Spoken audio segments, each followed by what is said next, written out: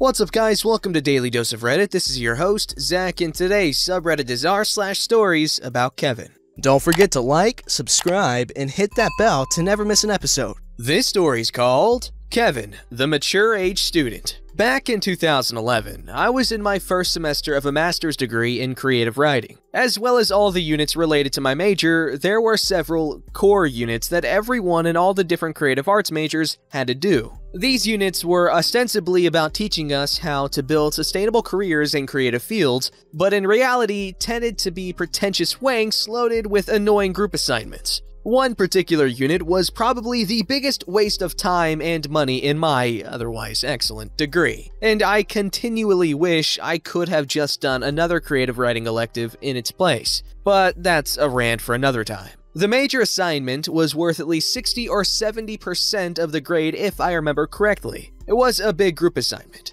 Our groups were chosen completely at random, and in the third week or so of the semester, I first met up with the rest of my group. One girl seemed perfectly nice and competent. I was rather wary about another one. Her English was very poor, and she seemed confused about the unit and her actual major. And the third was a mature age student who is the Kevin of the story. Now, when we first all met each other, I actually thought Kevin seemed like the ideal group member. He was in his late 30s or so, was from the United Arab Emirates, but spoke near fluent English with one of those cultured British-esque accents, and generally gave off the vibe of the stereotypical super serious mature age student. Wore a business suit to university, referred to fellow students as his colleagues, was always totally engaged in class, very passionate about his studies, and the like. I was actually slightly intimidated by him, in the sense that I thought, damn, I've really got to step up my game around this guy, no slacking off. Unfortunately, I soon discovered that Kevin was not only a narcissistic moron,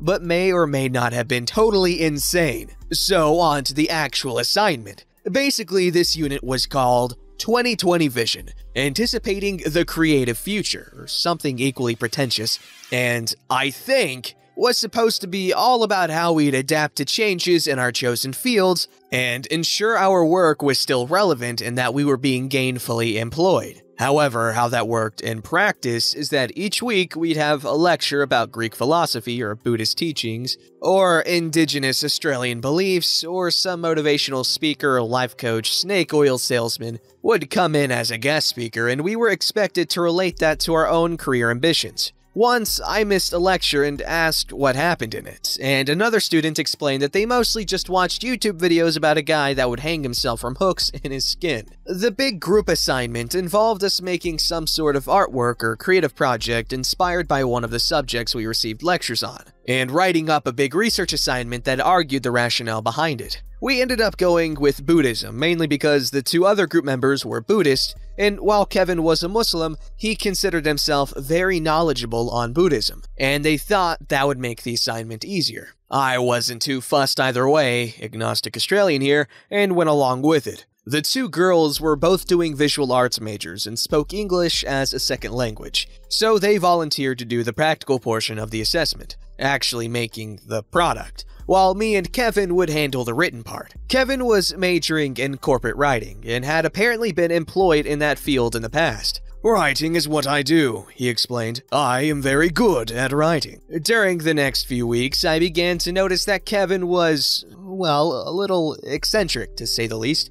Group meetings would take forever as he'd go off on bizarre tangents and ramble about nothing for ages. He was obsessed with getting a 7, the highest mark possible at my university, and would always shoot down ideas that wouldn't get us a 7, or suggest some random thing and say, "We definitely get a 7 if we do that." That was partly why he argued for us choosing Buddhism as our topic, as he was convinced that, with two Buddhists in the group, we'd be assured a 7. Once, we were talking about an assignment in a different unit we were both doing. It was an academic report on an entrepreneur in the creative arts, and I was still undecided on who to do mine on. His suggestion, "You should write it about J.K. Rowling. You'll definitely get a 7 if you do it on J.K. Rowling." We had to submit the practical part first and do a presentation on it, and then the written part would be due a couple of weeks later. So once we worked out what the creative product would be, some bizarre water fountain Zen garden thing based on the Buddhist Eightfold Path, The two girls got to work, while me and Kevin began our early research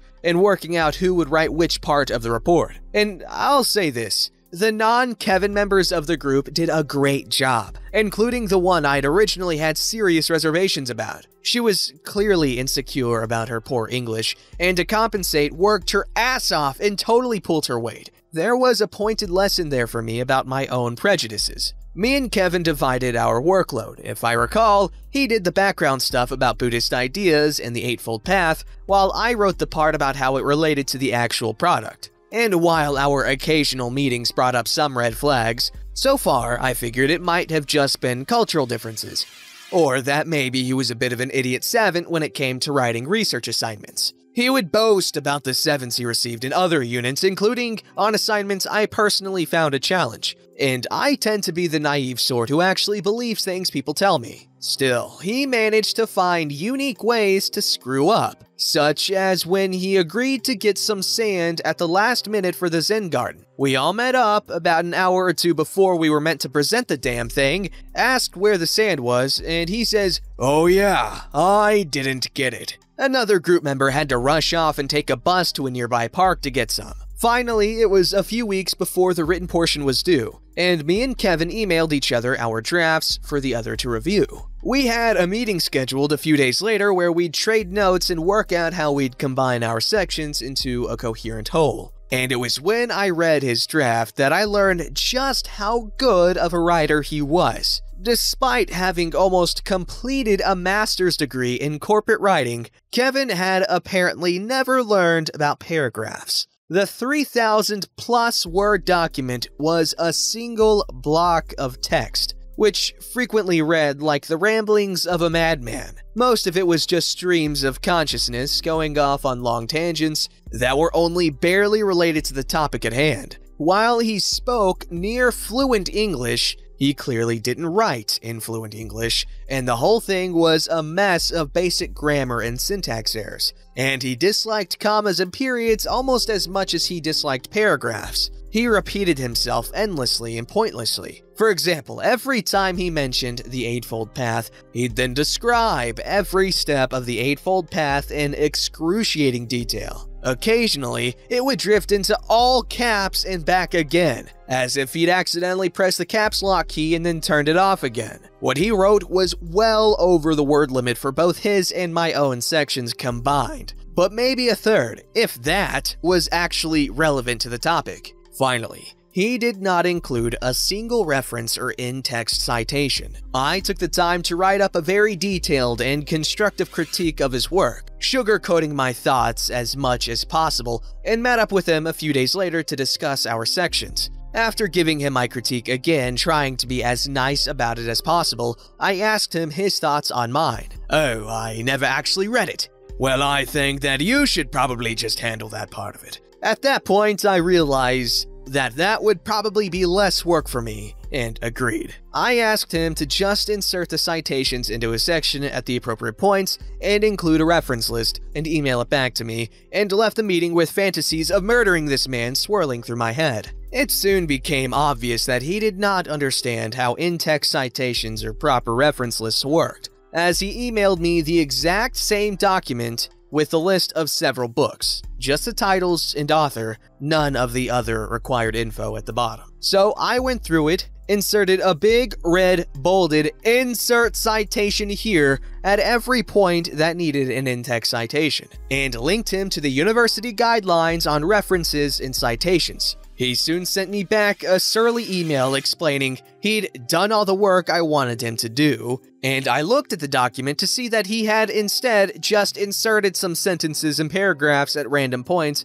with citations after them, while not changing anything else. These new bits had no relation whatsoever with the surrounding sentences. I gave up expecting anything whatsoever from him, and instead decided it would be easier to just throw out much of what he'd written, salvage the few bits that had some worth, and write the rest of his section myself. As I got to work revising, I emailed the group with subsequent drafts to see if they had any thoughts. As I was removing a lot of Kevin's work, I felt I should at least keep him in the loop and give him a chance to object. Plus, I also wanted an email record in case I needed to prove just how the workload had ended up being distributed. He never had anything to say about my changes, and I'm almost certain he never read a single word of them. Which isn't to say he was silent. Oh, how I wish he was. No, instead, he inundated me with bizarre text messages about how much he hoped we'd get a 7 and various random thoughts he had about things I should add to the report. Once he texted me while I was at work asking me to respond to his email. I told him I was at work and that I would check it when I got home in a few hours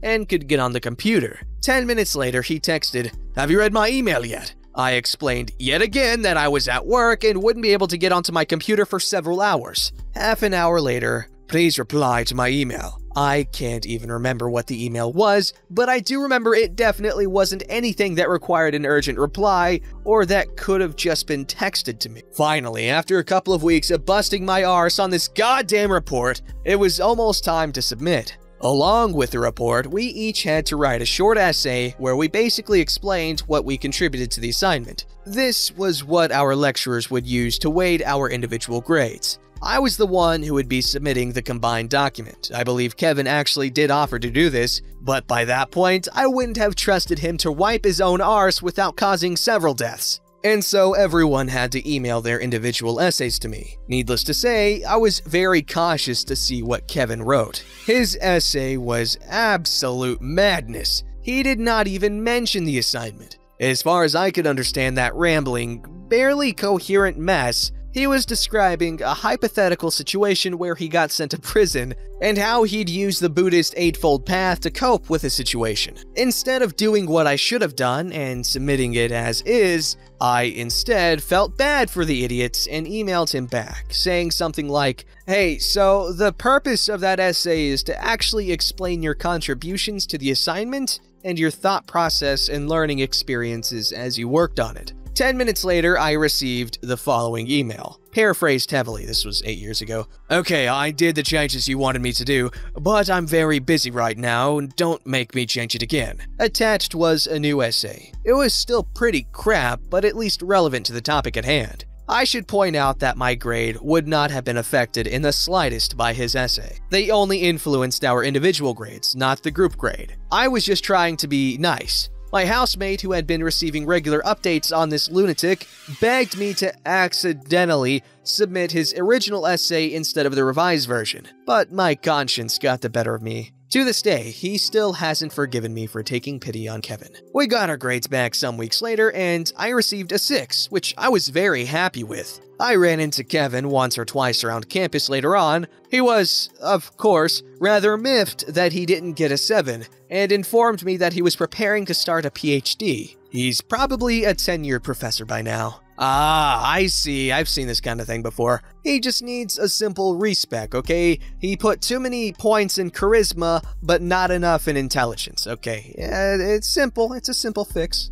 This story's called Kevin, the Anti-Semitic Teenage Meteorologist. I'm a 16-year-old high school junior telling this tale to you. Amazingly, I am 3 years Kevin's junior, but nonetheless, I tell you this bizarre tale, feeling as if I were his teacher or father. The place: a university summer academic program about weather. Everyone stays for a week in a university dorm and goes to classes about weather for a few hours and talks about climate change. It's essentially a convention and is very enjoyable for those of us who are passionate about climate science. Kevin was quite passionate, but was he talented? Oh hell no! What happened? On the evening everyone arrived at the university dorm where we would stay, Kevin showed up 2 hours late. The next morning, everyone was supposed to get up, eat breakfast, and walk to the classroom across the street. Kevin doesn't get up until 5 minutes to class, and we end up 30 minutes late because the teacher had to break in the door and drag him out of the shower. Kevin constantly asked ridiculous questions to guests.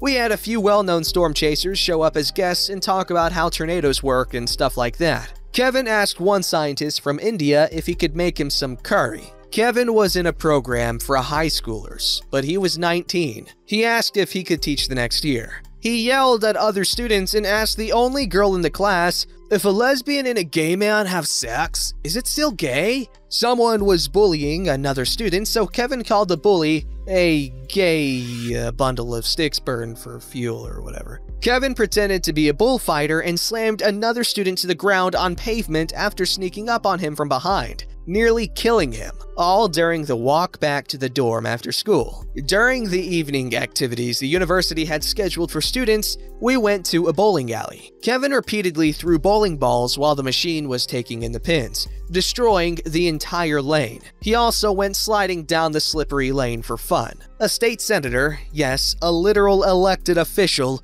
visited us to talk about climate change. This was a huge honor for him to come to our program. He even brought a Tesla Roadster to show us. The state senator makes a joke relevant to climate change. Kevin says, "While we're telling joke, here's a good one. My friends call me the perfect Jew because I can find money anywhere." Kevin finds out a kid is from a certain city and disparages his hometown as Meth City. There is one 76-year-old teacher teaching together with two students, college freshman and high school senior. They make Kevin eat lunch with the teachers because he can't be trusted. He proceeds to tell everybody he's a teacher. What does that sound like to you guys? Child neglect? Well, what's going on with this kid? He obviously has some deep desire for attention, because that's sad and ridiculous if it was because of a neglectful set of parents. Don't forget to like, subscribe, and hit that bell to never miss an episode.